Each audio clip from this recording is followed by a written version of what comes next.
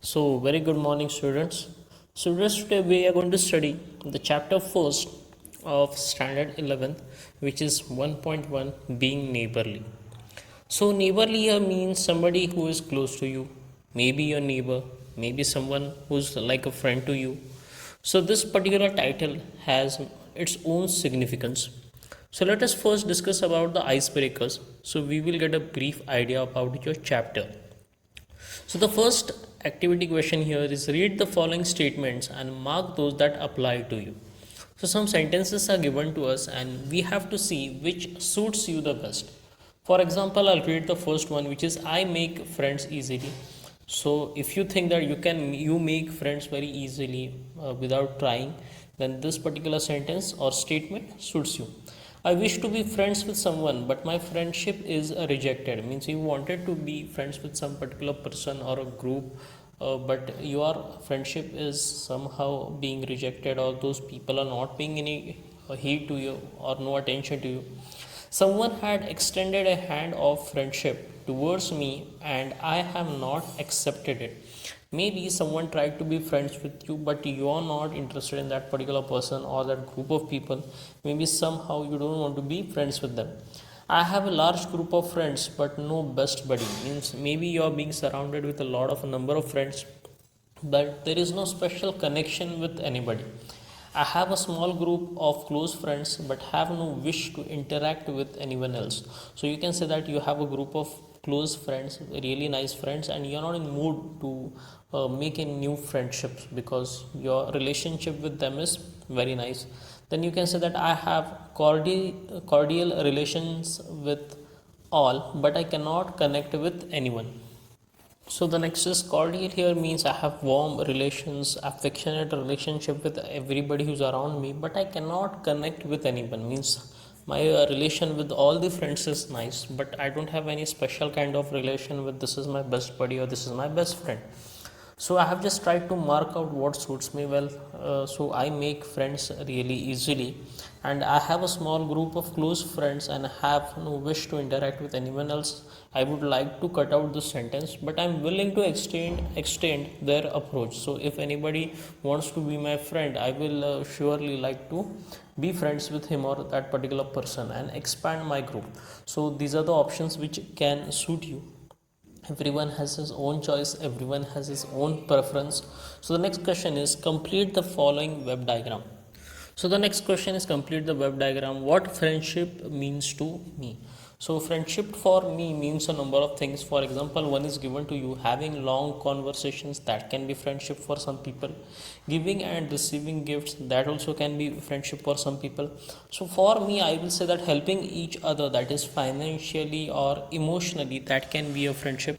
So taking each other's help, maybe it related to money or some kind of extra help, emotionally helping each other, that means friendship for me. Supporting each other, that is also something that I mean friendship means for me. Trusting each other, that is, yes, sharing of secrets or trusting about various things on each other. Giving advice or take advice when needed, so that also can be something that most of you can believe in, that this is friendship to you. So these are the points which relate with me. There may be many points which can relate to you. If you accept these points, then you can write these points, but if you have anything else in your mind, you can write those points. So next is the second one.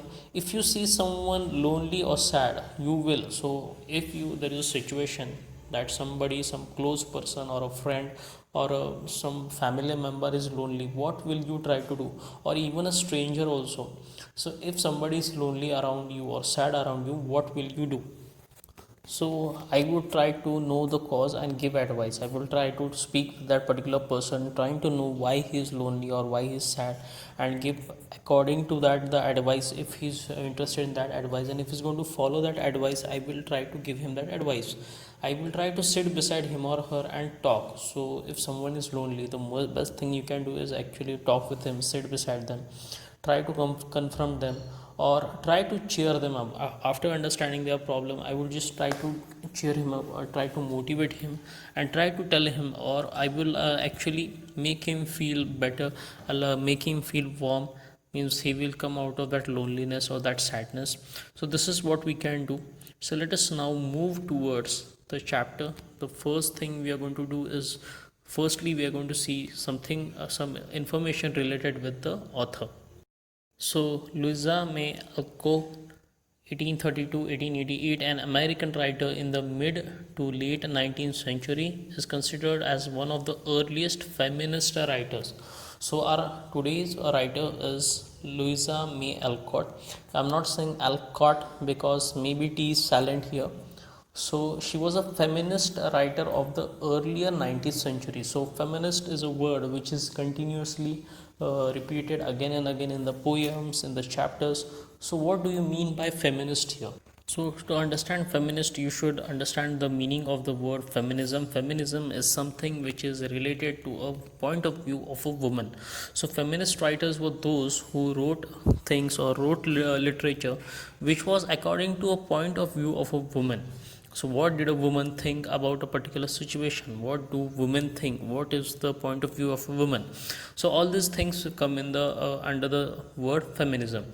Out of the several books she wrote, her series beginning with Little Women has been hugely popular among the masses and critics alike for a century and a half. So this particular writer, she was a feminist writer. She used to write about women, point of view about women, and she wrote a number of series of books, out of which Little Women was the book which was very popular among the masses. Here masses means both men and women, or boys or girls.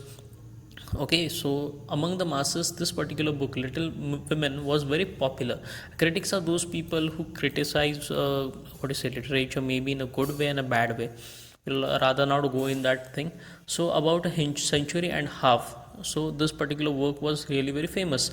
Her simple style and lively characters have left a mark and influenced generations of children and adults alike. So the power of her words, or her simple style and lively characters means whatever characters are there in a book, they look alike, means they as if they are alive.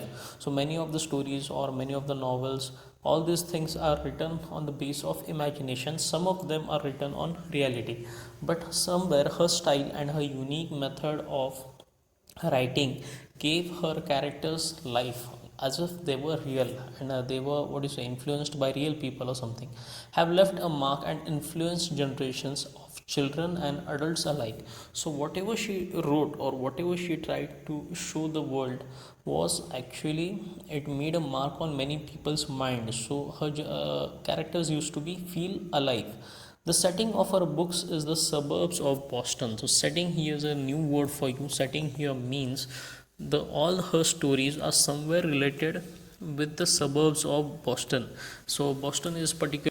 So setting here means actually a place, and where is that place? That place is influenced by the town of in England, a town in England, which is Boston.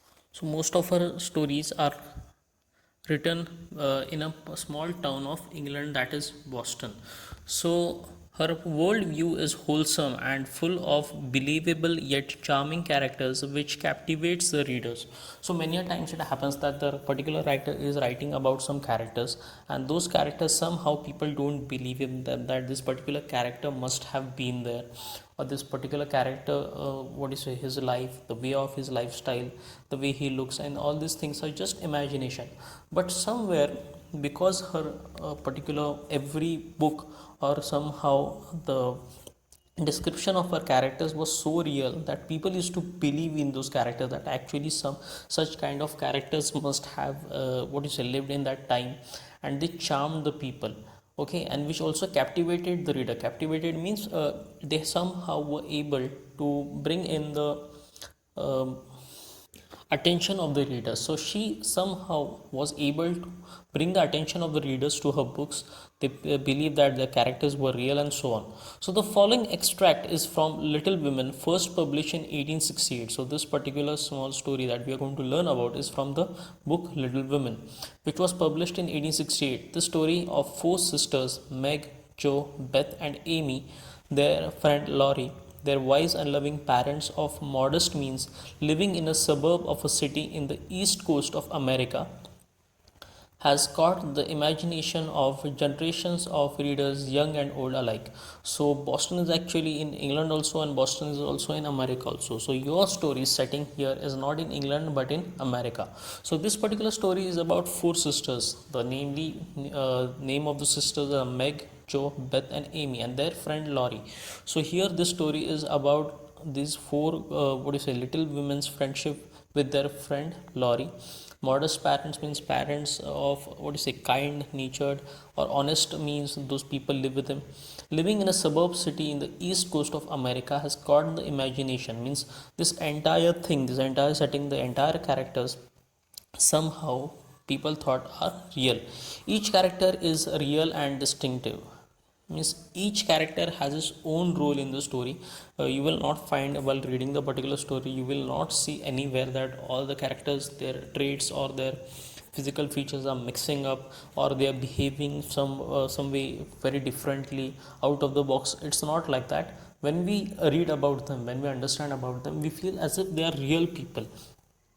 We remain firmly with the sisters through all their struggles, conflicts, triumphs, and joys. So, while we are reading about the story, we are them in their struggles, means the problems they face, the various conflicts they had. Triumphs means how they won over those problems, how happy they were. It serves as a guiding light to us in all the phases of our life. So, this particular entire story acts as a guiding light. In this particular story, somehow it interacts with our life, it motivates us. Okay, the extract affords us a tantalizing glimpse into the book and narrates the beginning of a lifelong friendship between Joe, the brightest and liveliest of the four sisters, and Laurie, their wealthy new neighbor. So, this particular story is about two young people's friendship, that is Joe. She is the brightest, okay, she is the brightest and the liveliest, means she is more alive than anybody else from their sisters, means maybe because of her behavior. And their new wealthy neighbor, means you can say that Laurie's family is rich and very wealthy, and this friendship is between Joe and Laurie. The March girls and Laurie become best buddies and much more as the book progresses. So by the end of the book, we will come to see that the March girls, that is Meg, Joe, Beth, and Amy, will become very best friends, very close friends with Laurie as the book progresses. So let us now begin with the explanation of the chapter. So now we are beginning. So now we are beginning with the chapter being neighborly. So children or dear students, do you see any difference in the spelling of neighborly here? Yes, the neighborly spelling is wrong because the correct spelling would be Neighborly. So why the difference here? So the difference here is because of the word itself. In American English or British, American spelling of neighborly is different. Okay, so it is neighborly. So, what in the world are you going to do now, Joe? Asked Meg one snowy afternoon as her sister came tramping through the hall in rubber boots, old sack, and hood, with a broom in one hand and a shovel in the other. So, as we had earlier seen in the introduction of the lesson, Louisa May Alcott and her lesson. So, this particular chapter, this particular small extract is taken from the chapter Little Women. So, we had discussed that there are four sisters, Meg, Jo, Beth, and Amy, and they are talking to each other right now. So, it is Meg who's saying that, "What is in the world are you going to do now, Joe?" asked Meg one snowy afternoon as her sister came tramping. Tramping here means she was walking heavily. When you walk heavily, you make sound with your legs. That is known as tramping. So she came tramping through the hall in rubber boots and old sacks. So sack is a type of a short jacket with a hood which people usually wear in winters. And she had a broom in one hand, and one hand she had a shovel. So shovel is a type of an instrument, a spade like object used to dig. So I have tried to draw a small shovel for you. "So, going out for exercise," answered Joe with a mischievous twinkle in her eyes. So, Joe just said that I'm going out for exercise with a mischievous means naughty, in a naughty twinkle in her eyes. It was a naughty, what do you say? In her eyes, there was a naughty look where she said, "I'm going out for exercise." "I should think 2 long walks this morning would have been enough." It's cold and dull out, and I advise you to stay warm and dry by the fire, as I do, said Meg with a shiver. So it was very cold, and Meg is trying to tell her little sister that it would be very nice that if you could stay inside because it is very cold and dull outside. So if you don't want to go outside because in the morning you had already had two long walks, but still you want to go out and walk this, that's a such a what do you say wrong idea. Instead of that, we should just stay inside by the fire, said Meg with a shiver. Shiver means it's very what do you say cold, that's why she's shivering. Never take advice, can't keep still all day, and not being a pussycat, I don't like to doze by the fire. I like adventures and I'm going to find some. So Joe's reply was actually quite a different one. As expected, she said that I'm not going to take any advice of yours. I'm not a pussycat like you. Pussycat here means not a real cat, but pussycat here means I'm not what do you say an afraid person. I want adventures in my life. Instead of sitting all around doing nothing, I'm going to go outside and I'm going to find some adventures. So previously in the story, we had seen how Meg and Joe are talking over, and Meg is trying to tell her point about various things, such as she wants to sit in the house and keep herself warm. But Joe wants to go outside because she wants to do something adventurous. She's not like her sister and she wants to do something adventurous. So Meg went back to toast her feet and read Ivanhoe. So toast her feet has many what do you say meanings here. To toast here means to warm her feet. She went back to warm her feet and read Ivanhoe. So Ivanhoe is a historical novel by Walter Scott, and Joe began to dig paths with great energy. So Joe had decided to stay out the house, and Meg wanted to go again inside, and she went inside. The snow was light, and with her broom she soon swept a path all around the garden for bed, to walk in when the sun came out with the invalid dolls. So just within a few, what do you say, within no time, Joe just what do you say swept around all the snow which was there in a garden, and for Beth her sister, to walk the invalid dolls. Invalid dolls here mean the dolls with broken limbs, and Beth loves. So invalid dolls here also means those kinds of dolls which have no legs, no eyes, or one hand is missing, one leg is missing, or there are no hair. So such kind of dolls. Now the garden separated the March's house from that of Mr. Lawrence. So here we are talking about two neighbors, the Marches, the four little girls whose surname is Marches, and their neighbor Mr. Lawrence. Both stood in a suburb of the city which was small, was still country like. So both of them, means the Marches and Mr. Lawrence, both are neighbors, and both of them are their homes are in the suburbs of the city, and which was still country like. Country like means which is similar to rural. So country like means a rural area. Means somehow they were in the cities, but somehow that particular both of their homes look like as if they were in the what to say rural area or like a village, with groves and lawns, large gardens, and quite sweet. Groves here means trees. Okay, groves here means large trees. There were lawns, large gardens, and the streets were also very quiet. So being in the city also, they were not overcrowded or much crowded, and they didn't make any. So the homes were very quiet, we can say that. A low hedge parted the two estates. A low hedge is, so grove here also means a small forest or a number of trees. So there both of these homes or both these estates, estates means properties, both the properties were separated by a low hedge. A low hedge here means a very small bush, a series of bushes just separated the two estates. So if you are living in India and you have two separate estates of two people who are living together besides each other neighbor, they will either build a wall. But if you go to the countries such as England or America, in many places such as the suburb cities, the two estates are mostly separated by small bushes, okay, or maybe small walls. Mostly they don't build any wall, but still. On one side was an old brown house looking rather bare and shabby, robbed of the vines that in summer covered its walls and the flowers which then surrounded it. So as we already know that two neighbors were living besides each other. One were the Marches and one were Mr. Lawrence and their family. So one house, the description of one house was it is a old brown house, looking rather bare and shabby. Bare and shabby means it was a improper house, kept in improper way. Maybe there was no color on the walls.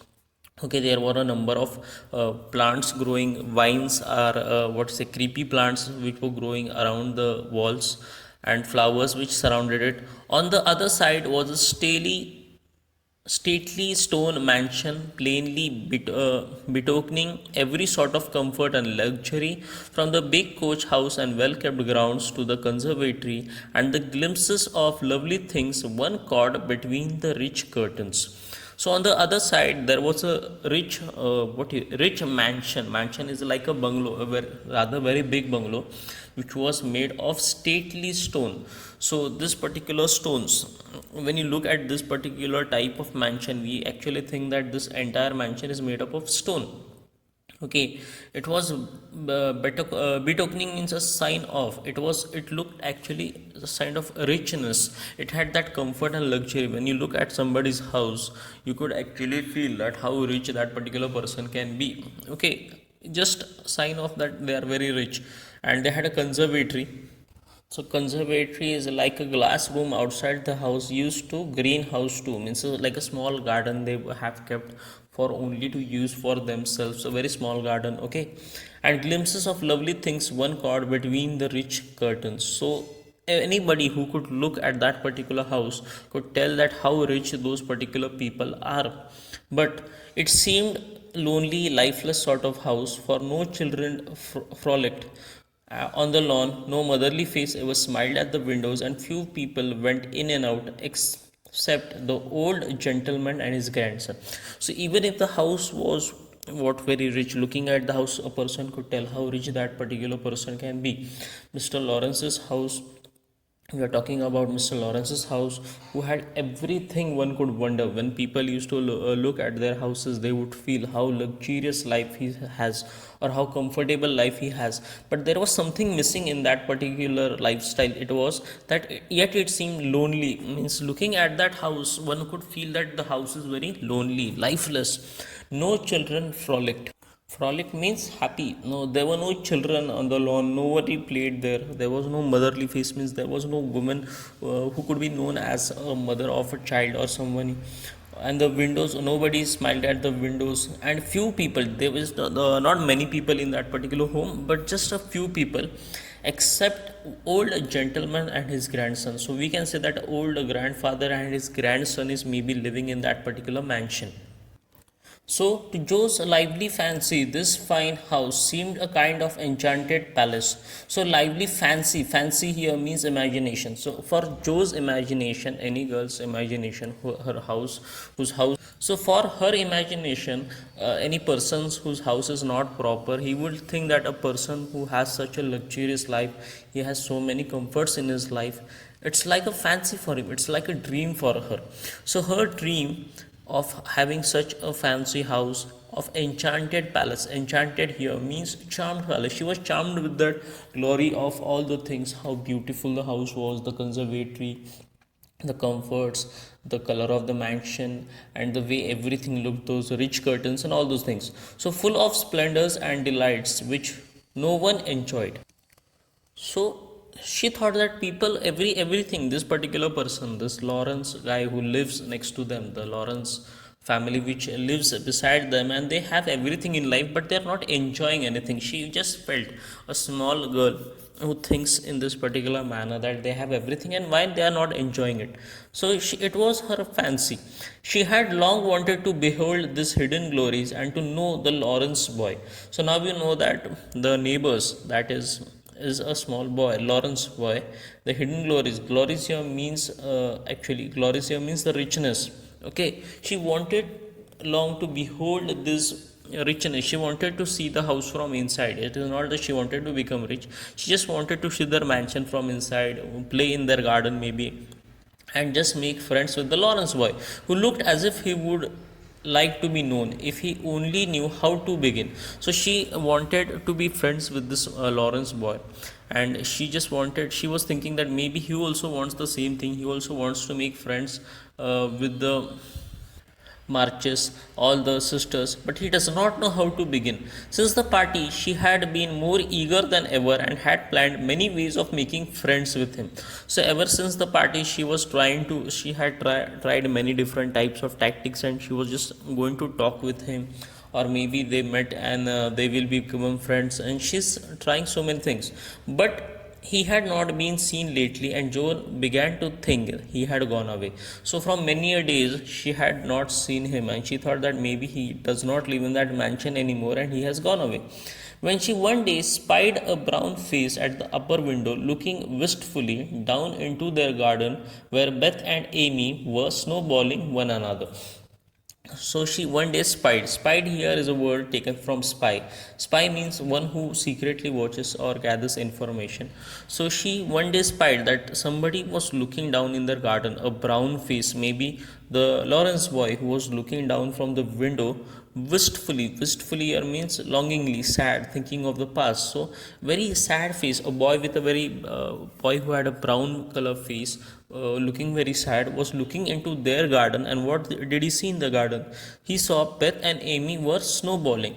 Snowballing is a type of a fun game which is played by making snowballs and they are thrown at one another. So the children who know what is snowballing, that is well and nice. But in India, we don't have a lot of snow, especially where we are living.